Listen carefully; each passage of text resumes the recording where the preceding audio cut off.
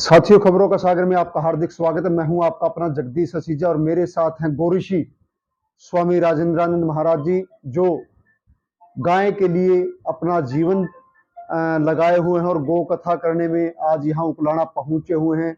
और जो जिनसे हम जानने का प्रयास करेंगे गाय के लिए आखिर क्या कुछ करने जा रहे हैं और गाय को राष्ट्रीय प्राणी घोषित करने की बात की गई है। वहीं उन्होंने यह भी जिक्र किया है कि बिना गाय के हम यज्ञ की कल्पना भी नहीं कर सकते। गाय जो हमारी एक सृष्टि की बात करते हैं तो सारे संसार को सुख देने वाली है। इन बातों को लेकर के अब इनसे हम चर्चा भी करेंगे। तो मैं जी आज उपलाना में आप गौ कथा कर रहे हैं। जी जी। गौ की रक्षा के लिए क्या कुछ व्यवस्था हो जिससे गाय का जो हमारी माँ का रूप में पूजी जाए? देखो, गौ माता का रक्षण हो या गौ माता का पोषण हो या गौ माता का संवर्धन हो, हालांकि जितने संसाधन पहले से हो रहे हैं वो कम तो नहीं है, लेकिन जिस तरह से आज गौ माता का कत्लेआम हो रहा है, आप देखिए मेवात में पिछले दिनों कितनी बड़ी घटना घटी कि किस तरह से हर रोज कभी 2 गौ माता को जहर के इंजेक्शन, कभी 10 को, कभी हर रोज 10 से 15 गाय को एक ही शहर में कत्ल किया जा रहा था, और वो भी एक धर्म की आड़ में होकर कर रहे थे। कितनी पीड़ा होती है जब पूरा देश चिंतित है गौ माता के लिए, और देश ही नहीं, अब तो विदेशों में गौ माता की सुरक्षा की जा रही है, रक्षा की जा रही है। गौ माता के रक्षण के लिए बड़े बड़े सुंदर कार्यक्रम चल रहे हैं। हमारे देश में भी जैसे गौशाला खोल दी गई है। गौशाला खोलना ही मात्र गौ माता की रक्षा का विशेष कारण नहीं हो सकता। हमें गौ माता के लिए विशेष सावधानी बरतनी पड़ेगी, हमें गौ माता के लिए विशेष रक्षाएं करनी पड़ेंगी, सुरक्षाएं करनी पड़ेंगी। जैसे गांव गांव में गौशाला खुल गई हैं, तो क्या उन गौशालाओं में चारे की व्यवस्था है? क्या उन गौशालाओं में जो गौशालाएं खुली हैं, क्या उन गौशालाओं में गौ माता के लिए छाया ठीक से है? या गौ माता आज भी कीचड़ में खड़ी है, या गौ माता आज भी पानी में खड़ी है? गौ माता आज भी भूख से, कितनी गौशालाओं के हर रोज वीडियो देखने को सुनने को मिलते हैं कि वहां भूख से गाय मर रही हैं, वहां प्यास से गाय मर रही हैं। तो इसके लिए केवल हम सरकार को ही दोषी नहीं कर सकते, ये हमारी जिम्मेदारी बनती है, हम संतों की जिम्मेदारी बनती है, हमारे सारे किसानों की जिम्मेदारी बनती है, सरकार की जिम्मेदारी बनती है कि हम सरकार से और भी गौ माता के लिए संसाधनों की डिमांड कर रहे हैं।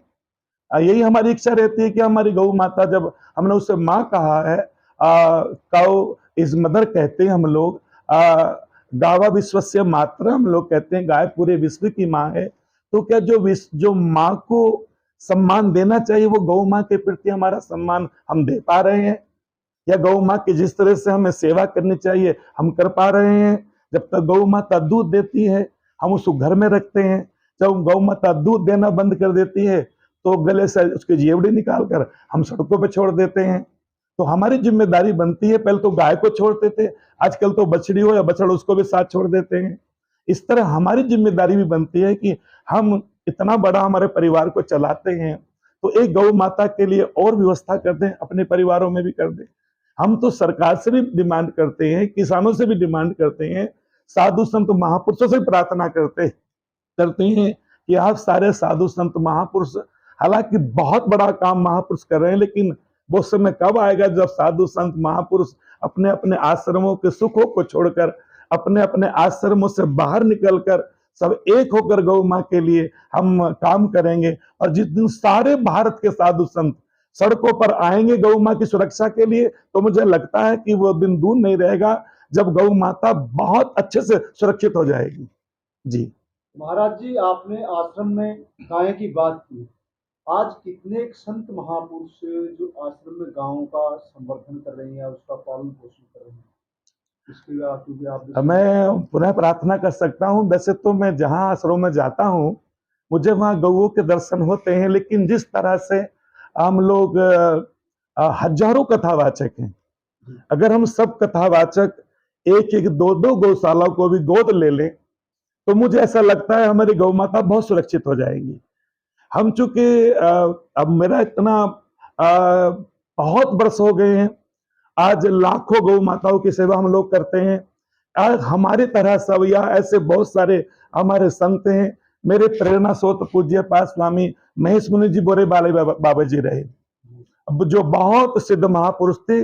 गौ जिनके जीवन में भगवान थी, वो गौ माता को भगवान ही मानते थे। उसके बाद स्वामी सदानंद जी महाराज आज 109 गौशाला वो खुलवा चुके हैं, स्वामी सदानंद जी महाराज। तो स्वामी सदानंद जी महाराज अभी कुछ दिनों पहले हम उनकी ही प्रेरणा से, उनके ही ट्रस्ट के द्वारा फतेहाबाद में गौ अनुसंधान केंद्र या सतगुरु अपना घर जैसी संस्थाओं की वो स्थापना पूरे देश में कर रहे हैं। ऐसे स्वामी सदानंद जी महाराज की तरह, स्वामी महेश मुनि जी बोरे बाला बाबा जी की तरह, गोपाल मणि जी की तरह, गोपाल जी की तरह, त्यागी मूर्ति की तरह, ऐसे ही हम सारे और भी हजारों, रमेश बाबा जी हैं, आप जानते हैं वृंदावन में रहते हैं, लाखों गांवों का संवर्धन करते हैं। स्वामी दशरणानंद जी महाराज हैं, पथमेड़ा जैसी गौशाला लाखों गौ उनके संरक्षण में चल रही हैं। लेकिन भारत के सभी संतों को अब ऐसा संकल्प लेना पड़ेगा यदि गौ मां को सुरक्षित करना है तो। महाराज जी, आपने कल भी कथा में जिक्र किया था कि कत्ल खाने जो पहले आजादी के समय 15 थे और आज 21 सरकारी हो चुके और जहाँ 3000 से ज्यादा प्राइवेट है, तो इन कत्ल खानों के लिए आप संत समाज की ओर से कोई विशेष मांग की गई, बंद किए? हम लोग बहुत कई बार वर्ष में 2-4 बार धरने देते हैं, 2-4 बार सरकारों से प्रार्थना करते हैं, क्योंकि हम लोग तो सरकारों से कह सकते हैं, बार बार भूख हड़ताल पर बैठते हैं, कभी धरने देते हैं, कभी यात्राएं निकालते हैं। और मुझे लगता है कि हम इतना कुछ कर रहे हैं तब तो इतनी रोकथाम है, और लेकिन इसको और बढ़ाने की आवश्यकता है। एक महाराज जी जो बात आती है कि गौ माता कहने को सब आ जाते हैं, लेकिन उसके जब लालन पालन की बात आती है तो उसके लिए आज हमारा समाज पिछड़ा है, तो उस बारे में लोगों को किस प्रकार से जागरूक? देखो, एक समय था जब हमारे देश में गौ कथाएं होती थी। एक हम समय था जब अनादि काल में गौ माता ऐसी कोई, चाहे भागवत कथा देखें, आप राम कथा देखें, आप भगवान राम को सुने, भगवान राम कहते हैं विप्रधेनु सुर संत हित लीन मनुज अवतार निज इच्छा निर्मित तनु माया गुण गोपार। भगवान कहते हैं मेरे आने के अनेकों कारणों में एक गौ माँ भी है। तो भगवान भी गौ माँ के लिए अवतार लेते हैं। भगवान श्री कृष्ण को आप देखें, जिन्होंने बाल्यावस्था से ही गौ माँ को पैदल चलाया था, माने पैर, वो कभी पैरों में जूते चप्पल भी नहीं पहनते थे। तो हमारे जितने अवतारी महापुरुष हुए या जिन महापुरुषों ने धर्म की स्थापना की, अपने अपने धर्मों की, वो सारे महापुरुष गौ माँ के प्रशंसक रहे हैं। गुरु नानक देव जी को आप देखें, जब गुरु नानक देव जी मक्का मदीना जाते हैं तो वो कहते हैं 184 जूनी बिची मंगल पूसे गाय जोड़ी गऊ की पोहकर मिनका दे ही पाए। तो इन महापुरुषों ने और हमारे जो नामधारी सिख हुए, इन्होंने तो बलिदान दिए हैं, पूरे जीवन उम्र कैद इनको हुई थी। लेकिन गौ माँ के लिए संकल्प था इन महापुरुषों का। तो जितने भी दिव्य महापुरुष हुए सभी गौ माँ के लिए सेवा के लिए तत्पर रहे। गौ माँ के लिए लोगों ने बलिदान दिए हैं, चाहे वही कोई भी समाज में हुए हो। लेकिन आज बहुत आवश्यकता है गौ माता के लिए पुनः जागृति लाने के लिए। जी महाराज जी, आपने जिक्र किया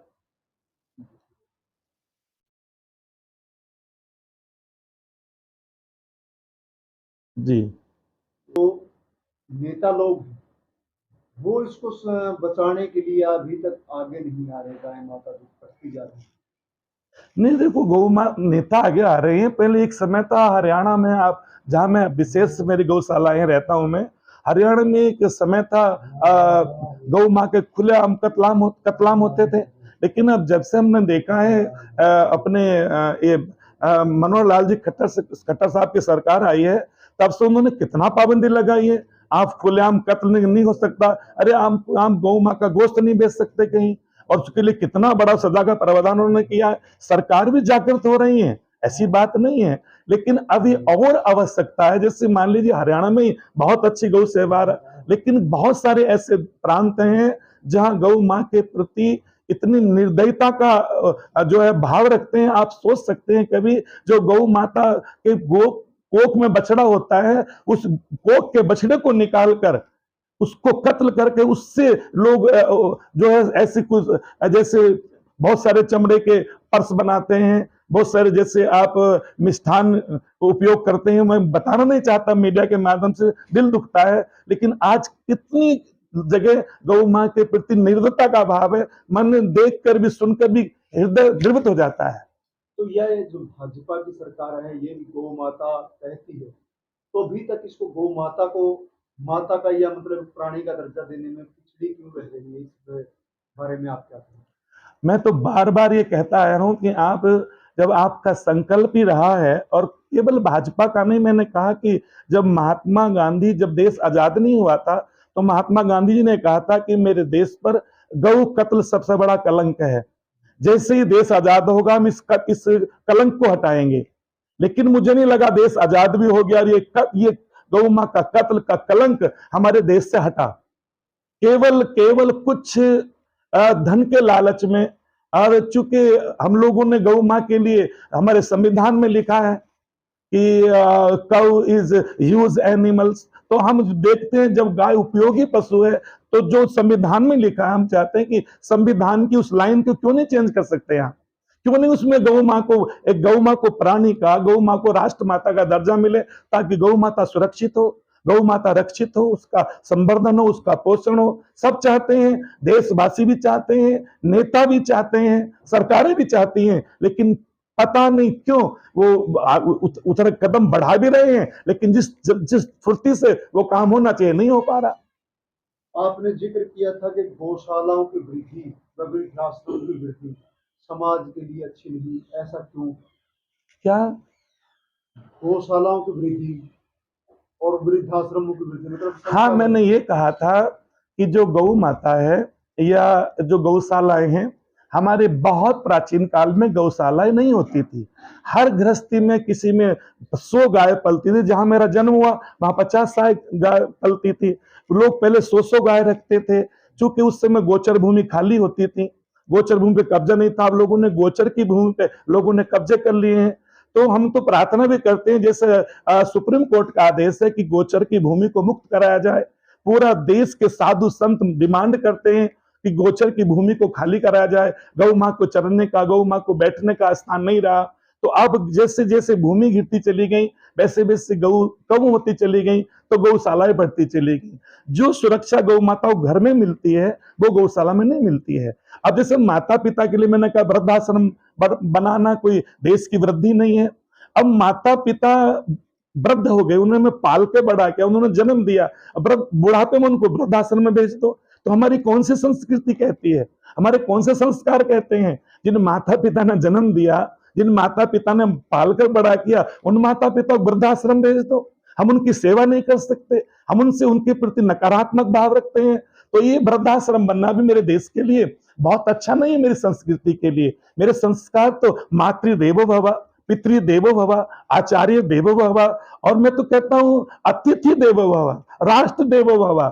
जिस देश में ये नारे लगते हो, क्या उस देश में वृद्धाश्रम खुलने चाहिए? जी। तो अब आम जनता से या सरकार से आपका एक मुख्य अपील क्या रहेगी कि जो गाय को राष्ट्रीय प्राणी घोषित करे या राष्ट्रमाता घोषित करे, उसके बारे में क्या? मैं तो देखो एक ही प्रार्थना, मैं क्या प्रार्थना को, मेरा पूरा संत समाज और मेरा पूरा सनातन समाज और मेरा पूरा, मैं कहूं, हिंदू समाज और पूरे भारत में रहने वाले समाज, चूंकि गौ सबके प्रति है। मेरे देश में एक बहुत अच्छा वाक्य आप लोग कभी सुना होगा कि धर्मनिरपेक्षता। सब लोग लगा के गांव के गलियारे से पार्लियामेंट तक गूंजता है धर्मनिरपेक्षता, लेकिन मैं देखता हूं ये नारा बहुत लगाया जाता है, इस नारे पर लोग चलते नहीं है। लेकिन हाँ, मेरी गौ माता को देखो, वो धर्मनिरपेक्ष है। उसे हिंदू पाल ले तो उसको बेटा अपनी संतान करके पालती है, ईसाई पाल ले तो, सिख पाल ले तो, हिंदू पाल ले तो, कोई भी धर्म का व्यक्ति गौ माँ की सेवा करता है। गौ माँ सबकी माँ है, पूरे राष्ट्र की माँ ही नहीं, गावा त्रिलोक के माँ, तीनों लोकों की माँ है। वो तो तुम माता सर्वदेवा नाम हमारे कहते हैं, वो तो देवताओं की भी माँ है। तुम च यज्ञस्य कारणम। अब गौ माँ का एक नाम यज्ञेश्वरी है, माने जो यज्ञ को उत्पन्न करने वाली है, जिससे यज्ञ होते हैं, वो गौ माता है। तो तुम च यज्ञस्य कारणम, वो यज्ञ का हेतु भी है। इतना ही, तुम माता सम तीर्थम तीर्थानाम, वो तीर्थों को भी तीर्थ है।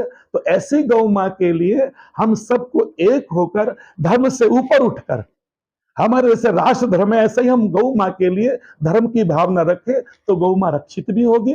और जितने मूक प्राणी हैं, मेरा गौ माँ के साथ साथ कभी जितने मूक प्राणी हैं सभी के लिए, क्योंकि मेरे गुरुदेव ने कहा था, जहां तक बने कीजिए जीव रक्षा, ना काटो कभी हरा कोई वृक्षा। मैं तो हरे वृक्ष काटने के पक्ष में भी नहीं रहता। अगर हरे वृक्ष है तो हमारा जीवन है, हमारा हमारा प्राण है।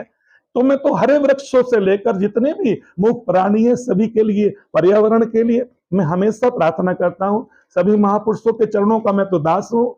अब महापुरुषों से, महापुरुष मेरे मुकुटमणि है, सबसे प्रार्थना करता हूँ कि आइए, खुले मंच से आइए और प्रचार प्रसार कीजिए। निश्चित रूप से ही हम जल्दी सफलता को प्राप्त होंगे। सरकारें हमारी बात सुनेंगी, लेकिन हम जब हमें एकता होगी तब।